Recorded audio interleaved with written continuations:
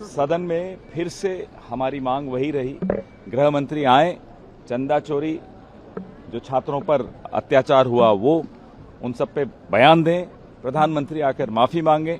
लगातार विपक्ष यह मांग पिछले 17-18 दिन से कर रहा है, लेकिन गृह मंत्री किसी वजह से डरे हुए हैं।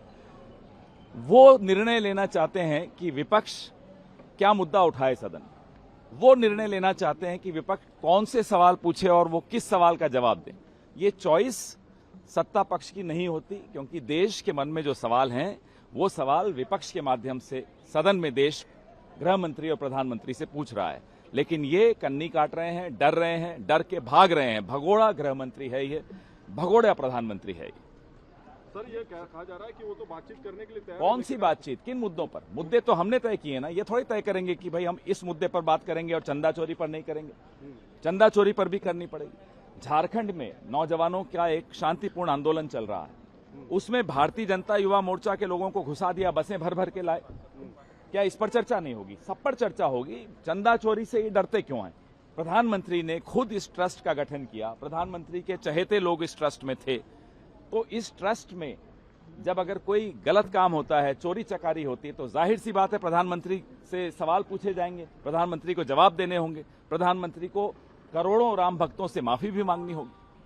सर, आपको लगता है कि ये जो आपके सवाल हैं उससे डाइवर्ट करने के लिए झारखंड का मुद्दा बीजेपी वो सब ये इनकी साजिश है, ये इनकी टूल किट हम आज से नहीं जानते, आप लोग आज से नहीं जानते, ये इनकी पुरानी टूल किट है।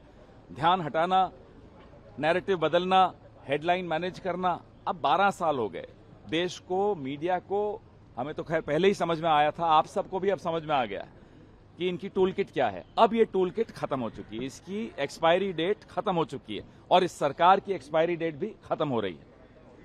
2 बजे से जब सदन फिर से चलेगा तो आप लोगों की मांग यही रहेगी? यही मांग है, गृह मंत्री को इन तमाम मुद्दों पर चर्चा करनी है। वो नहीं चूज करेंगे, वो नहीं चुनेंगे भाई मैं इस मुद्दे पे करूंगा, उस पे नहीं करूंगा।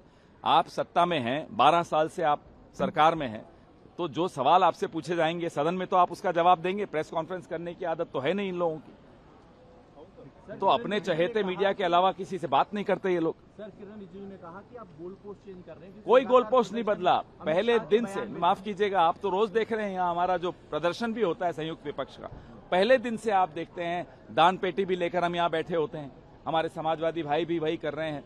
तो हम सब मिलकर जो मुद्दे उठा रहे हैं डे 1 से, उन मुद्दों में कोई फर्क नहीं आया है। पहली बार ऐसा हुआ कि सदन के इतिहास में गृह मंत्री नदारद हैं, कहते हैं साहब संसद रोज आ रहे हैं। संसद आने से काम नहीं चलेगा, सदन में नहीं आ रहे हैं।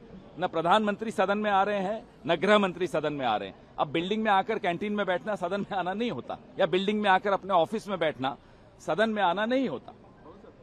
सर, ये बीजेपी को क्या जवाब देंगे आप झारखंड वाले मुद्दे पे? हमने जवाब दे दिया, अच्छी तरह दे दिया।